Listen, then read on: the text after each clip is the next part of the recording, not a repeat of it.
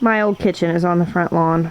It's been raining like crazy. They tore this out yesterday morning and it's rained nonstop since then, so I just knew I wasn't gonna be able to walk past that without explaining. That's the new kitchen in material form, old kitchen. Now let's go down to the garden. I wish you could feel how alive this felt right now. I have to redo my chalkboard. It was time anyway. We got the back end of Cristobal yesterday. Started raining about noon. Rained pretty steadily until last night, and then on and off through the night. I came out here yesterday and checked how much rain we got on our rain gauge, and it's a lot.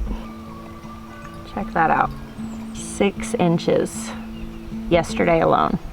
6 inches is a lot of rain to get in a day. It's a lot of rain to get in a week. For the most part, I feel like the garden fared pretty well. Over here, I see some tomato plants that, you know, I tied everything up that I could see that needed tied up, but this is bound to happen whenever it rains. I don't know if it's just new growth or what the deal is. It's just hanging over a few more, so I'm gonna tie those up. Coffee with the tomatoes is sort of like the theme of the month of June for me.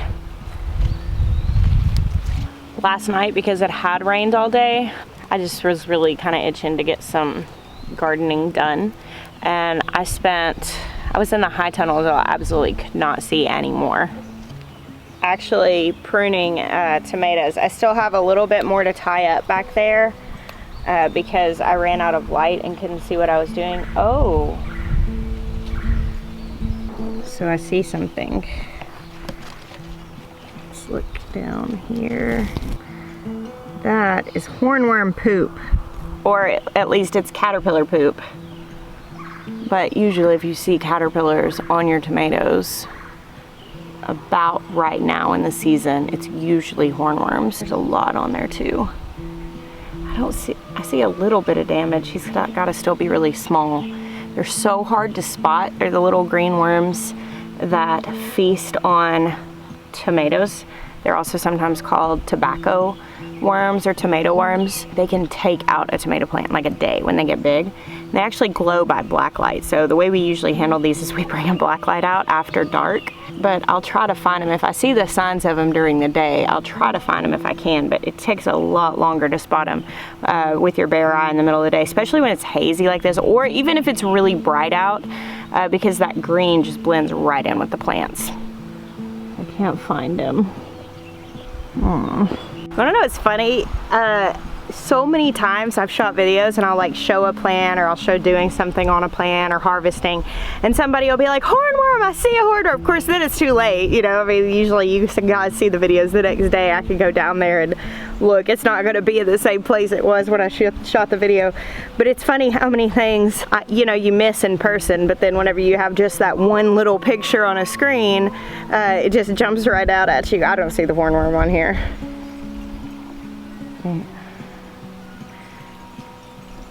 Do you guys see him? I actually need to clear out more of these bottom branches. I don't have my pruners on me though, so I'm just going to tie up for now and I'll come back and prune. I actually find tasks like this intensely relaxing, especially on a morning when it's 70 degrees and the birds are singing and the farm is well watered and the kids stayed at my mom's house because the kitchen's torn out. This is therapy to me. These plants right here that I'm tying up, for those of you who watch regularly, these were the Paul Robesons that I planted well after all of these other plants. I didn't have any Paul Robesons because I'd accidentally killed a tray of plants, and all of my Paul Robesons were on that tray. And my friend Jill brought me some started ones. They were so far behind all the rest, but they already have baby tomatoes set on now, even though they were significantly behind the rest. And that's what's kind of crazy, is that once it gets to be like these ideal conditions, everything grows so fast. if you lose something, if something dies or gets eaten or whatever, fails for whatever reason, if you make a mistake, just restart it. The worst thing that's gonna happen is that it's gonna grow and not have time to give you as much fruit. But if you don't restart it, you're gonna get 0 fruit. If you restart it, you might get some. So those are pretty good odds, I mean, comparatively. So here's the Paul Robeson. Here's the plant that was already established. So you can definitely see a size difference, but it won't be that different as that one starts producing fruit, and it'll do this leap here pretty soon. So I'm definitely pulling suckers as I go, breaking off bottom branches where I can do it without damaging the plant. They're real thick, I won't even try because I don't want to cause a lot of damage. Hey little dinosaurs, what's up? This is your reminder. You might get sick of me reminding you, but make sure you prune off those bottom leaves. Anything that's touching the ground needs to come off of your tomato plants, because that is a really quick way to have disease spread through your plant. If you prune it off, it won't spread, but anything that's going to be touching the ground needs to come off. Oh, look. This is a vintage wine. Isn't that beautiful? You can already see the streaking starting to come in on that. How fluted it is. I don't know if you guys are even ready for how much baby tomatoes you're gonna see over the next few weeks. Hello. Good morning. Hello. Breeze.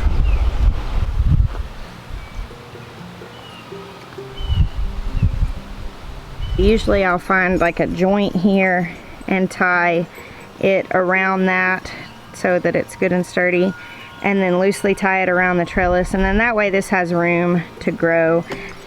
Like you can see here, this was the last tie-up that they had, and they're still good and loose growing up through there. So here's a casualty of the storm coming through. Yesterday when I looked over these, this was probably just upright, and it was probably tucked in here, and so it didn't look like it needed support, but it came undone. It's okay, because this was such a low branch anyway, although this grew from a sucker that just got away from me. It's okay, this plant will be fine. You know, that would have set fruit, but it's whatever. I could actually probably take this and root this, but I'm not going to because I don't need any more tomato plants. I'm good on tomato plants. This whole little area is just a mess of tomato plants. This is where I'd planted some that got scratched up by my chickens, so I direct sowed some more and stuck some suckers in, just expecting like not everything to do well, and now I've got like 20 tomato plants right here. So this is pretty cool. This is actually a variegated leaf tomato called Splash of Cream. And a friend of mine sent me seeds for these. And when I got the seeds, I'd already planted everything out, so I just came and threw some in the ground, and a bunch of them came up. So I'm gonna probably separate these out some. I also have a couple of volunteers here and some suckers that I put in. That's a Berry's Crazy Cherry. Now the Berry's Crazy Cherry I tried to plant here got killed by my chickens, and then this one volunteered. This is where they were last year. So that's kind of funny. And I'm gonna take this massive kale plant out here in a little bit to make room for some more of these Splash of Cream tomatoes. I'll put like 2 more in right there. One more thing I really want to show you guys is the high tunnel. Obviously the plants in the high tunnel are unaffected by a storm. That's kind of the point of having it.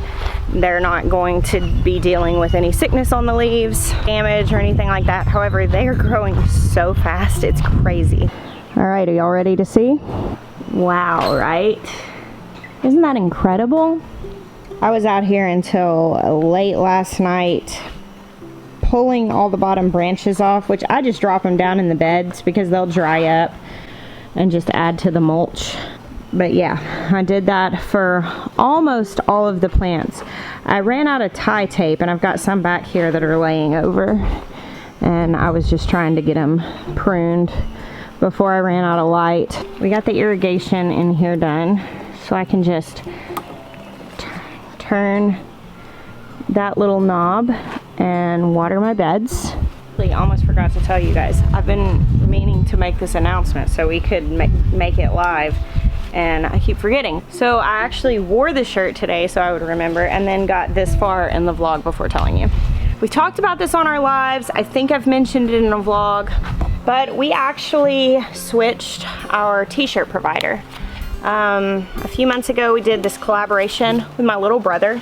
who is a tattoo artist, and actually the tattoo artist that did all this. And he drew this shirt. I sent him a very rough little doodle that looked nothing like this really. And he drew this shirt out. We did that as a collaboration while he was out of work because of COVID. He obviously couldn't tattoo for a few months. In doing that, we used the t-shirt supplier that he uses for his t-shirts. And they're a local company, small business, and we loved them. We loved the quality of their shirts. We loved being able to support a small business. And so we started to talk about it with them and try to figure out what it would look like to provide our merch through this locally owned small business. They source their t-shirts sustainably, and it was just, that's what we're about. And that was one of the areas with our merchandise where we really felt like that was lacking, but we just didn't know of any better options than what is like just the default. And so we talked it out, and basically it's going to be a little different structure than what YouTube merch always is. And since it's not going to be like a store that's just always available with all designs all the time, because they're a small business, they can't do that, and that's okay. So what we're doing is limited run shirts. There are going to be a few. We're doing another release of Rise and Shine, so it's going to be available for a couple of weeks. I'll put a link down below. It is going to be available this time for international shipping. That was something that you guys expressed that we needed, obviously, on the last run, but as a small business they just weren't prepared. That was one of the things that we asked for them to handle. It's also available in sizes larger than 2X. That's something that you guys have asked for, and our previous supplier wasn't able to provide that, and this supplier can. That was one of our kind of requirements in going with them, and they have just gone above and beyond to meet our needs, to meet your needs, and we're super excited to work with them. So I'll put the link to the Rise and Shine shirt down below. We're also releasing it in a tank top for those of you who are going to be working in your gardens. I know I'm getting one of the tank tops. And after this run, we're going to be doing a few more designs, and we're going to be releasing some new t-shirts over the course of the next little bit here, over the course of the next month or two. We're excited. We'll keep you updated, and like I said, the links are down below. I noticed a lot of my plants out here doing this weird thing where like the suckers grow out, but they kind of grow together, and I end up with like this double stalk thing. I'm seeing that a lot out here. My friend Jill was out here the other day. You guys met her, and we talked a lot about high tunnel growing, because that is something that she's just done a lot of research about. Because Jill is a market grower, she's growing to make this a job. They have started with high tunnel growing this year, and she's done a lot of research about it, and she was saying that a lot of high tunnel growers are using like a 2-liter system, which is instead of stemming down to one main stalk and pruning everything else off, all the suckers off, you let another one grow. But some of these plants like that kind of just like fuse together, they end up splitting off. And I'm leaving it. I don't feel like I could remove it without doing like tomato plant surgery, so I'm just letting it go.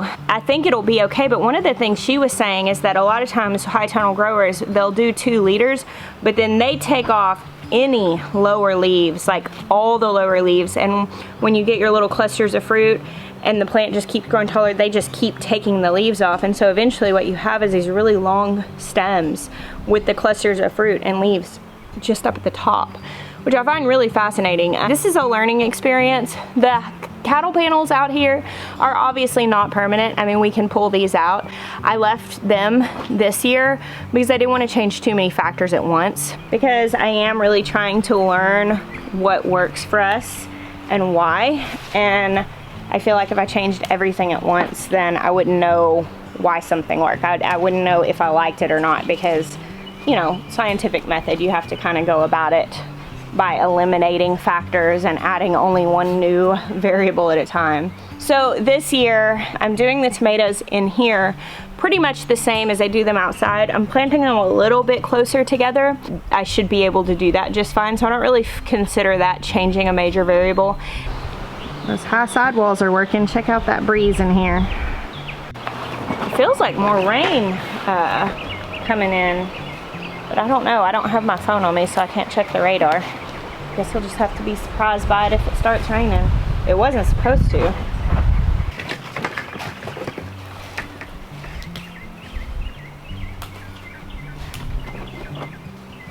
Tomatoes are. Those tomato hands. Should have seen them last night because I did all the other plants last night. It was so thick, it was like coming off in chunks. Oh, I missed one. 2. Okay, now I want you to take a look at this, and I'm going to pop a picture up on the screen, which is this garden 11 days ago. That is incredibly cool. I am so impressed with how well this is doing, and I am so eager to see what kind of harvest we're going to get out of plants that are growing this well and this healthy. I just spotted this. This is from all that rain and wind. My sunflowers are starting to lay over. Probably going to have to figure out some way to protect these guys and give them some support. Wow, check out all those squash blossoms covered in bees. Well, it looks like we fared the storm pretty well. Didn't really lose anything. That's a lot of rain to get, but the wind never got super high, so it was just mostly heavy rain. It wasn't even like much of a thunderstorm. It was mostly just heavy rain. So I'm very thankful that we didn't have damage more than we did. I mean, it was hardly anything. I gotta go find my coffee mug wherever I laid it down.